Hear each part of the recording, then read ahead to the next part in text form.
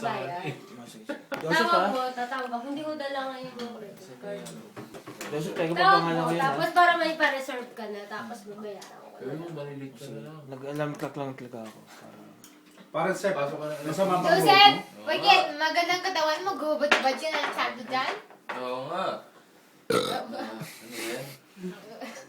Yung katawan niya lalambot pagdating ng ano, sa habal. Oo nga, no? Si Kuya Vic.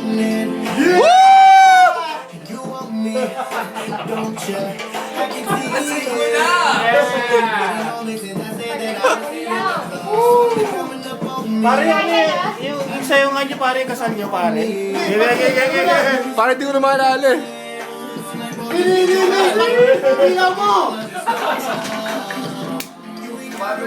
Yes, eh.